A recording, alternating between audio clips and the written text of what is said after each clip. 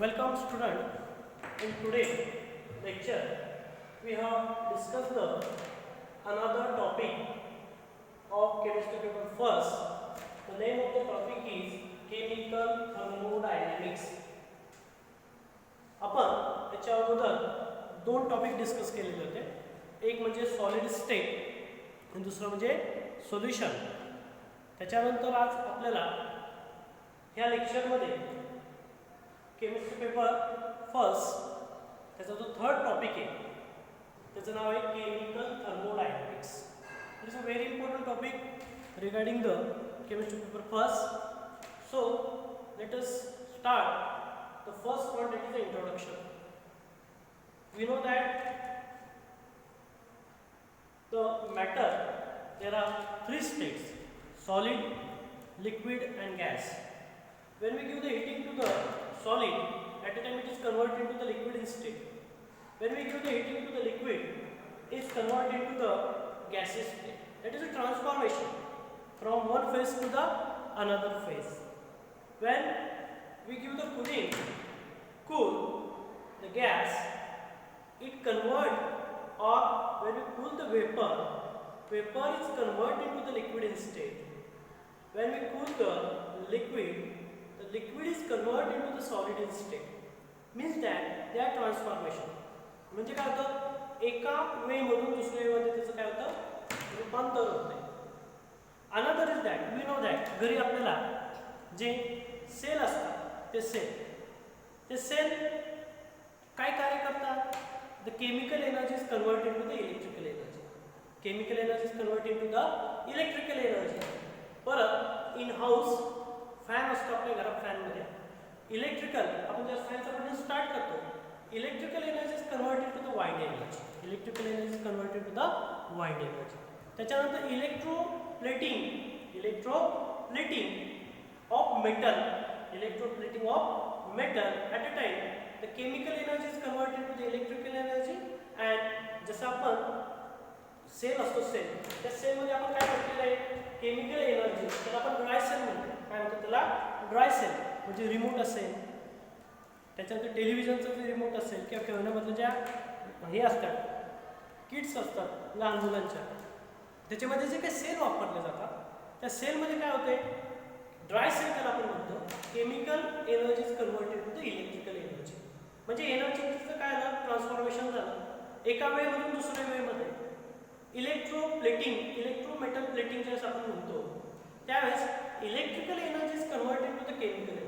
Electrical energy is converted to the chemical energy. मग याच्यामध्ये असं लक्षात घ्या, energy can not be created or can not be destroy. जे आपण एक्झाम्पल बघितले, इलेक्ट्रोप्लेटिंग असेल, ड्राय सेल असेल, solid is converted to the liquid असेल, liquid is converted to the gases असेल, or gas is again cooled into the liquid in state, liquid is converted to the solid in state.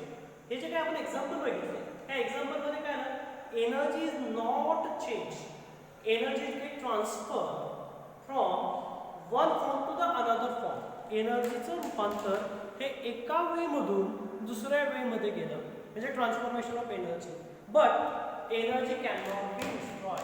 Energy काय झाली, energy can not be destroy. Energy काय झाली, destroy झाली नाही, but energy transfer, एनर्जीचं transformation झालं. कसं झालं transformation, it is chemical energy is convert into electrical energy. कशामध्ये बघितलं आपण, it is a example of the dry cell. Dry cell घरामध्ये जे टेलिव्हिजनचा जो काही रिमोट असेल, त्या रिमोटमध्ये जे काही सेल असतील किंवा वॉचमध्ये जे काही सेल असतील त्याला आपण ड्राय सेल म्हणतो. त्या ड्राय सेलमध्ये केमिकल एनर्जी असते. त्या केमिकल एनर्जीचं रूपांतर कशामध्ये, इलेक्ट्रिकल एनर्जीमध्ये होते.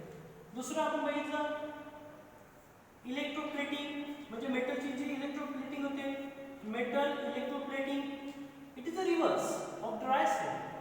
That is electrical energy is converted to the chemical energy.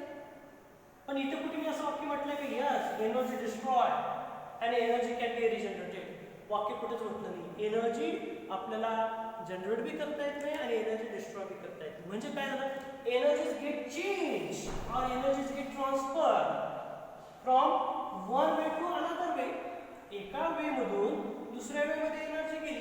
इथे बघा chemical energy is converted to the electrical energy. Here is a reverse. Electrical energy is converted to the chemical energy. होता reverse process. परत पुढचं उदाहरण कसं आपण carry करू. त्याच्यामध्ये आपण बघितलं बघा solid is undergo heating, it converted to the liquid. Liquid is undergo heating, it converted to gases. सॉलिडला उष्णता दिल्यानंतर त्याचं रूपांतर कसं होतं liquid. Liquid is converted to the gases. The gases is again cool to obtain the liquid in state. Liquid is again cool to convert into solid state. याच्यामध्ये सुद्धा काय झालंय ट्रान्सफॉर्मेशन झालं. याच्यामध्ये सुद्धा ट्रान्सफॉर्मेशन झालेलं. मग याच्यावरून आपल्याला असं एक लक्षात येते एक रूल जो आपण 8वी 9वीला बघितला होता त्याला लॉज आपण म्हणतो. Energy can not be created. What is the law of conservation of energy. तो लॉ काय बघितला होता आपण. What is the law of conservation energy. लक्षात द्या. The law of conservation of energy is that energy can neither be created nor destroyed. Energy काय करता येत नाही. neither be created. ती तयार भी करता येत नाही. ती काय तयार भी करता येत नाही. तिला डिस्ट्रॉय भी करता येत नाही. But it convert one form of the energy to the one form of energy to another form of energy. Another form of energy. Total energy of universal is remains constant. Total energy of universal is remains constant. बघा ह्या वाक्याला काय करते underline करते. म्हणजे काय सांगते energy can not be created. याच्यामध्ये बघितलं आपण ड्राय सेलमध्ये chemical energy is converted to the electrical energy. आपण क्रिएट केली का नाही. ती डिस्ट्रॉय केली का नाही. परत आपण इलेक्ट्रोप्लेटिंगमध्ये मेटल इलेक्ट्रोप्लेटिंगमध्ये काय बघितलं. Electrical energy is converted to the chemical energy. Can the electrical energy created. No. Can the chemical energy destroy. No. Hence the statement is on the front of that energy cannot be created. Energy cannot be created, cannot be destroyed, but it can be converted. The conversion in one form to the another form. It converts into the one form the energy to another form the energy, but total energy of universe remains constant. म्हणजे बघा याच्यामध्ये chemical एनर्जीचं रूपांतर कशात झालं. Electrical energy मध्ये झालं. Electrical एनर्जीचं रूपांतर कशात झालं. केमिकल एनर्जी मध्ये झालं. म्हणजे ट्रान्सफॉर्मेशन झालं. But energy remains constant. It is a law of conservation of energy. मग थर्मोडायनामिक्स असं आपण म्हणतोय.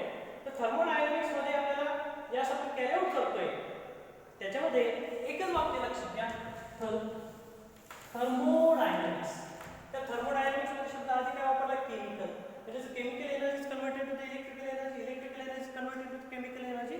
But the total energy of universe is remains constant. Total energy of universe is remains constant. That is the transfer of energy from one form to the another form. So this is called as a transformation of energy. This is called as a transformation of energy. मग ज्यास आपण chemical thermodynamics नावाचा topic ज्यास discuss करणार आहोत त्या chemical thermodynamics नावाच्या टॉपिकमध्ये आपल्याला बेसिक आपल्याला काय लक्षात आलं. इंट्रोडक्शनमध्ये आपण असं लक्षात घेतलं की ड्राय सेल असेल, इलेक्ट्रोप्लेटिंग असेल, at a time chemical energy is converted to the electrical energy.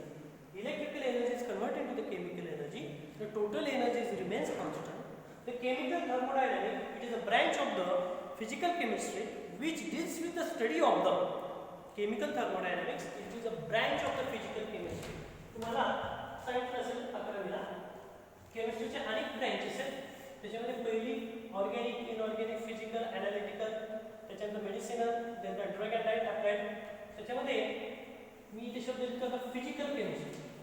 इथे काय physical chemistry. Thermodynamics, chemical thermodynamics हा कुठल्या केमिस्ट्रीचा पार्ट येतो. it is a physical chemistry is deals with the study of the chemical thermodynamics is a deals with the study of the transformation of energy.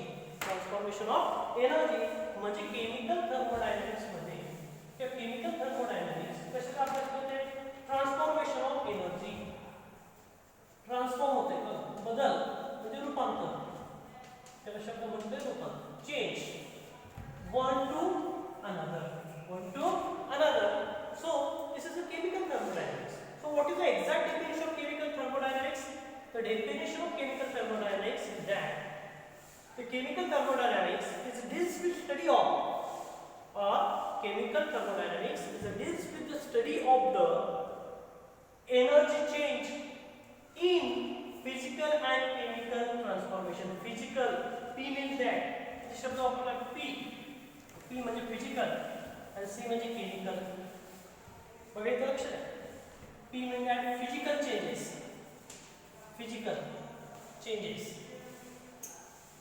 and C is that chemical changes. आता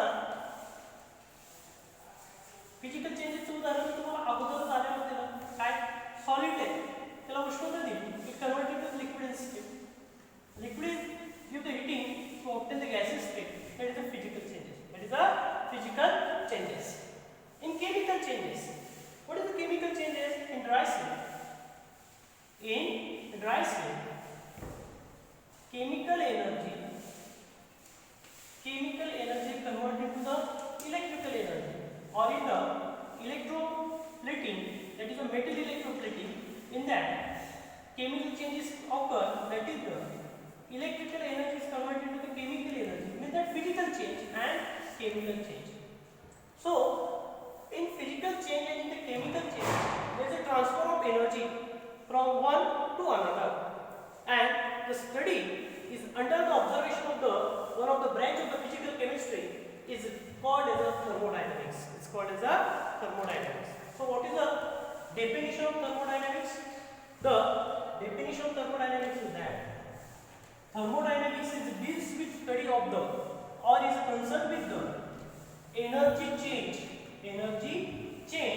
in the physical and chemical transformation. It is called as a thermodynamics. त्याला काय म्हटलं गेलं? thermodynamics असं म्हटलं गेलं. मग thermodynamics फक्त एनर्जी ट्रान्सफॉर्मेशनचाच अभ्यास करते, but thermodynamics cannot be give the idea about the transformation चाच फक्त अभ्यास करते. त्याचं लक्षात घ्या, त्याच्यामध्ये लक्षात घ्या थर्मोडायनॅमिक्स त्याचं लिमिटेशन सांगतो मी आता. Limitation of thermodynamics. What is the limitation? First मर्यादा काय त्याची किंवा drawback limitations. What is the first limitation? Thermodynamics gives the idea about the mechanism of the reaction. एखादी रिएक्शन तयार होते, इट इज आयदर फिजिकल और केमिकल. त्याचं जे मेकॅनिझम असतं, मेकॅनिझम त्या मेकॅनिझमची आयडिया किंवा त्याचं इन्फॉर्मेशन आपल्याला कोणते थर्मोडायनॅमिक्स देते. Second is that chemical thermodynamics is not give the information about the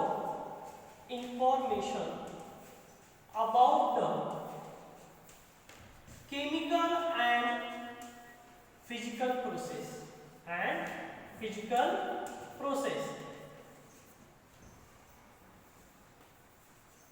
म्हणजे दोन लिमिटेशन समजून घ्या. What are the first limitation?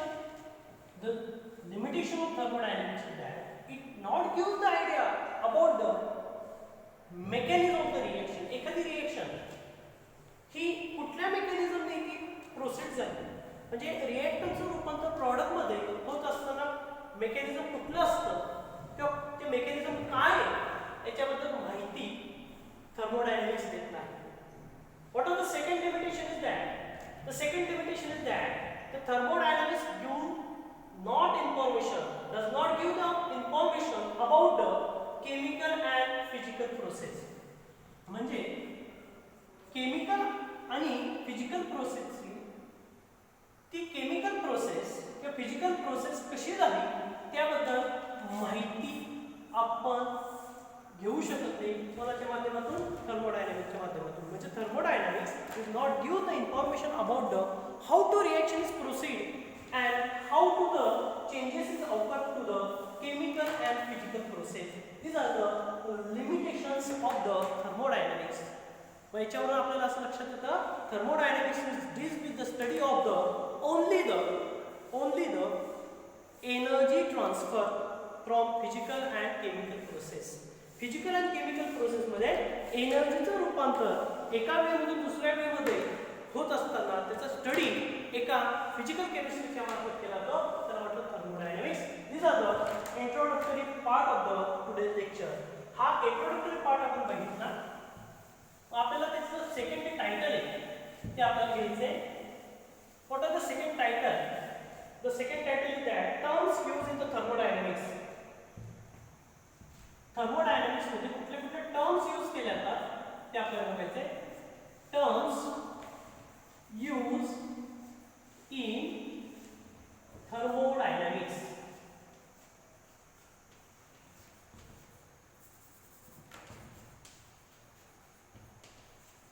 आता प्रामुख्याने थर्मोडायनामिक्सचा स्टडी करण्यासाठी आपल्याला दोन टर्म्स महत्त्वाचे आहेत. एक म्हणजे सिस्टीम आणि दुसरी म्हणजे सराउंडिंग. पहिली आहे सिस्टीम आणि दुसरी काय सराउंडिंग. आता लक्षात घ्या what do by system and what do by surrounding. मी आल्यानंतर लेक्चरला स्टार्ट केला की सब्जेक्ट केमिस्ट्री शब्द लिहिला त्याच्यात केमिकल थर्मोडायनामिक्स आणि त्याचे दोन पार्ट केले. किती पार्ट केले? दोन पार्ट केले. म्हणजे हा पूर्ण ब्लॅकबोर्ड आहे तो ब्लॅकबोर्ड काय झाला सराउंडिंग झाला आणि त्या सराउंडिंग मध्ये मी फक्त हा पार्ट वापरला तो काय झाला सिस्टीम झाला. काय झाला तो सिस्टीम. आता सिस्टीम आणि सराउंडिंग हे डिस्कस करण्यासाठी आपण एक डायग्राम तुमच्या फ्रंटला घेतली. इन दॅट डायग्राम हे सिलेंडर येते. In that cylinder we take the gas. त्याच्यामध्ये काय घेतलंय gas. In the surface of the gas we take the movable piston. त्याच्यामध्ये काय ठेवले असं एक पिस्टन ठेवले ते मूव्ह होते. जसा गॅस एक्सपांड झाला किंवा कॉम्प्रेस झाला तर त्या पिस्टन वर किंवा खाली जातो. when the gas is compressed at the time the height of piston is the downward side and when the gas is expand at the time the height of the piston is move upward in direction. एक लक्षात घ्या. आता हे आपण cylinder घेतले. in that cylinder we take the gas. The gas नाव काय दिलं system. and this cylinder is closed in that container. हे एका कंटेनर मध्ये आपण काय ठेवले क्लोज केले. मग ज्यावेळेस आपण हा जो काही गॅस घेतलाय तो गॅस एका सिलेंडर मध्ये ठेवलेला आहे and surface of the gas is covered by the movable piston and suppose we take the change in the volume of the gas. म्हणजे काय तुम्हाला 11वी माहिती आहे measurable property of gas molecule. त्याच्यामध्ये कोण कोण असतं temperature pressure volume number of moles density. त्याच्यानंतर आता आपण काय घेतो फक्त त्याच्यामध्ये प्रेशर व्हॉल्यूम आणि टेम्परेचर आपण केलं. आता ज्यावेळेस आपण त्या गॅसचा काय बदलवला व्हॉल्यूम चेंज केला. गॅसचा काय चेंज केला मी व्हॉल्यूम. बघा लक्षात आहे गॅस मॉलिक्यूल घेतला आहे त्या गॅस मॉलिक्यूलमध्ये मेजरेबल प्रॉपर्टी त्या मेजरेबल प्रॉपर्टी मध्ये मी कोण घेतोय volume. when the volume of the gas molecule is changed at a time the amount of energy is released or gain. ज्यावेळेस गॅसचा व्हॉल्यूम आपण चेंज केला तो कमी केला किंवा जास्त केला हा नंतरचा प्रश्न आहे. फक्त चेंज केला at a time energy is gain or energy is loss and energy is gain and energy is loss when the pressure is varies. आता प्रेशर व्हॅरीज केलं प्रेशर बदलवलं म्हणजे P1 आणि P2 व्हॉल्यूम चेंज केलं V1 आणि V2 म्हणजे gas मॉलिक्यूलचा volume change केला. तर change केल्यानंतर energy is either release energy is either released or gained at a time the pressure of the given gas molecule is get changed, that is the pressure P is converted to the P1 and P is converted to the P2 at a time the piston which is present at the surface of the gas molecule is moving the upward side. It is moving the upward side or it is moving the downward side. केव्हा ते केव्हा condition आपल्या होऊ शकते बघा लक्षात घ्या. How to possible that when the piston is moving the upward direction and piston is moving the downward direction. बघा गॅस मोलेक्युल त्याला व्हॉल्यूम असतो. When the volume of gas molecule increases, volume of gas molecule get increases means that there is an expansion of gas molecule. Expansion of gas molecule. When the volume of gas molecule decreases, at a time there is a compression. There is a compression. But when the gas molecule is present at a time, the volume of gas molecule increases. हाताकडे लक्ष द्या. When the gas molecule increases, हा इथे piston ठेवलाय. हा piston ठेवलाय. This is the gas molecule. When the gas molecule having volume is increases, it is an expansion. Expansion झाल्यानंतर बघा सुरुवातीला इनिशियल स्टेज अशी होती, आता इनिशियल स्टेज अशी झाली म्हणजे हाईट इन्क्रीज झाली म्हणजे पिस्टन कुठे गेला, piston move in the upward direction, piston move in the upward direction म्हणजे अपवर्ड डायरेक्शन म्हणजे ही सिस्टीम होती. त्या सिस्टीम मधून तो कुठे गेला, सराउंडिंग मध्ये. सिस्टीम मधून कुठे गेला, सराउंडिंग मध्ये गेला. आता उलट सांगतो, ज्यावेळेस सुरुवातीला असेल when the gas molecule is compress झाल्यानंतर काय झालं, व्हॉल्यूम कमी झाला. व्हॉल्यूम कमी झाल्यानंतर पिस्टन ची हाईट सराउंडिंग मधून कुठे आली, परत सिस्टीम मध्ये आली. सराउंडिंग मधून कुठे आली, सिस्टीम मध्ये. दोन केस आहेत. त्या पहिल्या केस मध्ये piston is move from height of the when the gas molecule is compressed at a time the movable piston their height is increases, it goes from system to surrounding and when the volume is decreases at a time it goes into the surrounding to system. आता system आणि surrounding कोणाला म्हणायचं ते समजून घ्या. परत असा एक बॉक्स घेतला, हा पूर्ण काय झाला, सराउंडिंग झाला. सराउंडिंग त्याच्यापैकी कुठला पार्ट वापरला, this part can be use for the study. हा पार्ट मी काय केलाय, this part is use for study. हा पार्ट वापरला का आपण, नाही पार्ट वापरला. This part can not be use. आपण हा पूर्ण पार्ट कशाचा आहे, युनिव्हर्सलचा आहे. ते युनिव्हर्सलचा हा पार्ट मी कशासाठी वापरला, it can be use for the study. It can be use for the study साठी वापरला. मग हा जो काही पार्ट आपण स्टडी साठी वापरला युनिव्हर्सलचा, त्या पार्टला आपण म्हणतोय सिस्टीम. काय म्हणतो त्याला, सिस्टीम. म्हणून बघा गॅसच्या खाली काय नाव दिले, सिस्टीम दिले. म्हणजे सराउंडिंग मधला फक्त हाच पार्ट मी वापरला म्हणून त्याला म्हणते सिस्टीम. मग what about the remaining part, system वजा जाता, सिस्टीम वजा जाता, सिस्टीम वजा जाता जो काही पार्ट असेल त्याला म्हटलेलं सराउंडिंग. त्याला म्हटलेलं surrounding. And system and surrounding are separated by this boundary. It is called as a phase boundary. It is called as a phase boundary. मग आपल्याला सिस्टीमची डेफिनेशन आता बघायची मला. सिस्टीमची what is the definition of system? System, a part of universal which is taken under the thermodynamical investigation. The part of the universal which is taken under the thermodynamical investigation is called as a system. Is called as a system. म्हणून इथे definition इथे बघा, a part of universal which is taken under thermodynamical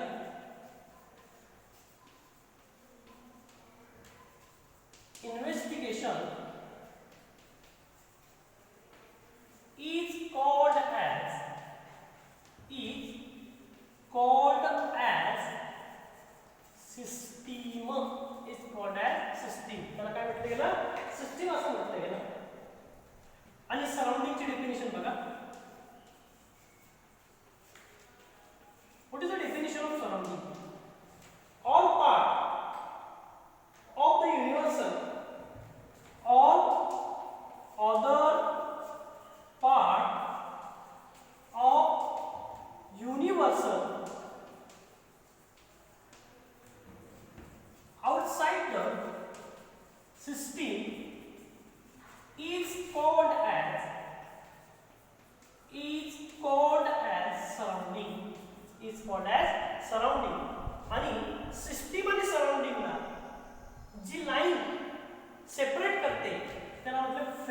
boundary, त्याला काय म्हटलंय, phase boundary. ह्या दोन definition परत एकदा समजून घ्या.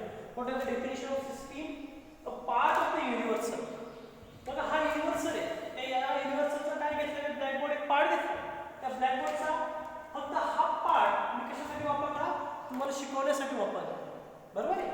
Part of universal which is taken under thermodynamical investigation, it is called as a system. It is called as a system. आणि सराउंडिंग म्हणजे काय, other than system which is present in the surrounding, it is called as a surrounding. Okay, लक्ष द्या. all other part of universal outside the system is called as a surrounding, and system and surrounding are separated by those lines, it is called as a phase boundary. It is called as a phase of boundary. Well, these are the two terms which are very important regarding the system and surrounding. Sir आता आपण ह्या उदाहरणामध्ये system कोणाला म्हणायचं, surrounding कोणाला म्हणायचं, त्याच्यामध्ये लक्षात घ्या. आपण गॅस मॉलिक्यूलचा अभ्यास केला थर्मोडायनामिकल इन्व्हेस्टिगेशनसाठी. पण हा गॅस मॉलिक्यूल कोणाचा पार्ट होता, युनिव्हर्सलचा पार्ट होता. त्या युनिव्हर्सल मधला हा आपण वापरला म्हणून गॅस मॉलिक्यूल ही काय झाली, सिस्टीम झाली. ही काय झाली, सिस्टीम झाली. त्याच्यानंतर आपण त्याच्या आजूबाजूला इकडे जे काही रूम टेम्परेचर असेल, प्रेशर असेल, त्याला आपण काय म्हणू शकतो, सराउंडिंग असं म्हणू शकतो. काय म्हणू शकतो त्याला, सराउंडिंग. आता बघा एक डायग्राम मी ड्रॉ करतोय बघा. It is a universal. हा काय झाला, इट इज अ युनिव्हर्सल. त्याच्यातला हा पार्ट मी घेतला, याला काय म्हटलं, थर्मोडायनामिकल इन्व्हेस्टिगेशनसाठी हा वापरला. याला म्हटलं सिस्टीम, याला म्हटलं सराउंडिंग. आणि सिस्टीम आणि सराउंडिंगला सेपरेट करण्यासाठी एक लाईन ड्रॉ केली बघा. This line is separated to system and surrounding, and this line it is called as a phase boundary.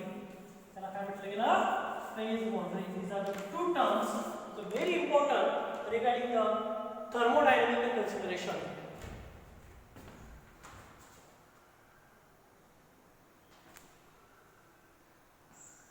Okay, मग त्याच्यानंतर आपल्याला पुढचं जे टायटल घ्यायचे, ते टायटल म्हणजे type of system.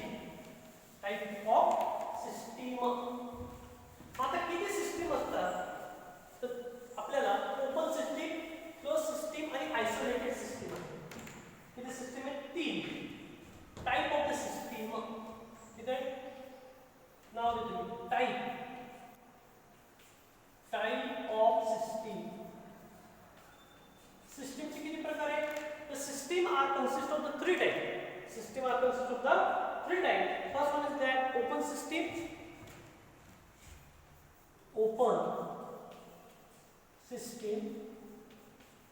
Second, closed system. Third, isolated system. So in today's lecture we discussing the first, that is the open system. आपण आताच्या तासाला जे काही आपण पाहणार आहोत ते कुठली सिस्टीम पाहणार आहोत आपण, ओपन सिस्टीम. हा कप घेतलाय, ओके. याच्यामध्ये कॉफी किंवा टी तुम्हाला जे आवडत असेल ते आपण घेतो. तुम्ही अभ्यास करतो त्याच्यामुळे आपण काय घेतलं, कप. त्या कपमध्ये काय घेतलं आहे तर टी और कॉफी. मग याच्यामध्ये ओपन सिस्टीम ही कन्सेप्ट समजून घेण्यासाठी एक उदाहरण तुमच्या समोर घेतलंय. सकाळी उठल्यानंतर आपण ब्रश वगैरे केल्यानंतर यास आई आपल्याला चहा देते किंवा कॉफी देते. कशात देते, काही मुली म्हणतील ग्लासात देतात, काही मुली म्हणतील कपमध्ये देतात, काही मुली म्हणतील कप बशीमध्ये देतात. ठीक आहे, असू दे. कप घ्या, ग्लास घ्या, फक्त बशी घेऊ नका. ओके, याच्यामध्ये काय घेतलं आहे, दिस इज अ कप. याच्यामध्ये कप घेतला आहे. ह्या कपमध्ये काय, हॉट गरम टी किंवा काय कॉफी. ओके, म्हणजे याच्यामध्ये मॅटर आहे बघा, मॅटर काय मॅटर आहे, टी किंवा कॉफी. ओके, त्याच्यानंतर तो कसा आहे, इट इज अ हॉट. बघा याच्यामध्ये मॅटर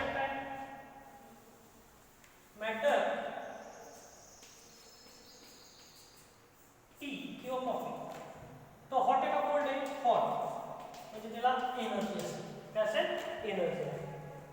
2-5 मिनिटं आपण टी किंवा कॉफी घेतली नाही, कपात तशीच ठेवली तर काय होतं? वेपर्स इज गेट आउट, म्हणजे त्याचे वेपर्स काय होतात? बाहेर पडतात. कुठून? ह्या कपामधून बाहेर. म्हणजे कप आकार झाला सिस्टीम, आणि कप जो रूम मध्ये ठेवलेला असेल तो काय असेल? सराउंडिंग. काय असेल तो? सराउंडिंग. त्या कपामध्ये काय? कॉफी किंवा टी, तो काय झाला? मॅटर. हॉट आहे म्हणजे त्याला एनर्जी, त्याला काय? एनर्जी. मग तुमच्या असं लक्षात येतं, after the some time you observe that the coffee cool होते. Why? Because heat is release. Heat is release. 2 मिनिटं 5 मिनिटं किंवा 10 मिनिटं आपण जे कॉफी किंवा टी घेतले नाही तर तुमच्या असं लक्षात येते ती गार होते. का बरं? Heat is release from system to surrounding. Heat is release from system to surrounding. का? कारण की ती ओपन सिस्टीम. का? ही ओपन सिस्टीम आहे. मग या ओपन सिस्टीमची डेफिनेशन काय ते आपण पाहणार आहोत. आता याच्यामध्ये सिस्टीम काय ते तुम्हाला आधी समजलं. सिस्टीम म्हणजे काय? ही सिस्टीम. या सिस्टीम मध्ये टी आणि कॉफी घेतली, त्याच्यामध्ये मॅटर आहे, त्याच्यामध्ये हॉट आहे, एनर्जी. आता कॉफी गार का झाली? कारण की एनर्जी रिलीज झाली. एनर्जी काय झाली? रिलीज झाली. आणि गरम असताना ह्या कॉफीमधून वेपर्स बाहेर पडले, म्हणजे मॅटर बाहेर पडला. काय बाहेर पडला? मॅटर बाहेर पडला. सिस्टीम या कपावर कुठल्या पद्धतीचं झाकण ठेवलेलं होतं, म्हणजे सिस्टीम ही ओपन होती. Okay. What are the definition of open system? What are the definition of the open system? The open system is defined as the system exchange. The system exchange. बघा डेफिनेशन मी सांगते. Open system is defined as the system exchange both matter and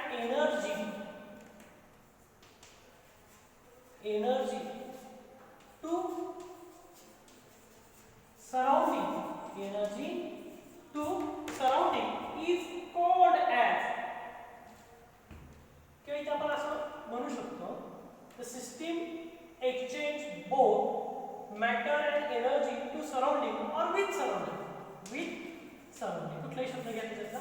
it is called as a open system. त्याला काय म्हणू शकतो? Open system. आता definition part नाही करायचं आहे, पण बघितले सिस्टीम घेतली ती ही सिस्टीम, त्याच्यामध्ये एक्सचेंज झाला म्हणजे मॅटर सिस्टीम टू सराउंडिंग मध्ये गेला. सिस्टीम टू सराउंडिंग मध्ये घेत असताना एनर्जी लॉस झाली म्हणून कॉफी कूल झाली. म्हणून ते म्हटले बोथ मॅटर अँड एनर्जी. म्हणून तुम्हाला म्हटलं तर matter and energy. So what is the exact definition of open system? The exact definition of open system is that the system exchange both matter and energy to surrounding is called as a open system. What are the examples of the open system? Tea or coffee in cup. These are the example regarding the open system. हे काय आहे त्याचं example झालं open सिस्टीमचं. राहिलेल्या त्या पुढच्या सिस्टीमचे आपण ज्या क्लोज सिस्टीम, आयसोलेटेड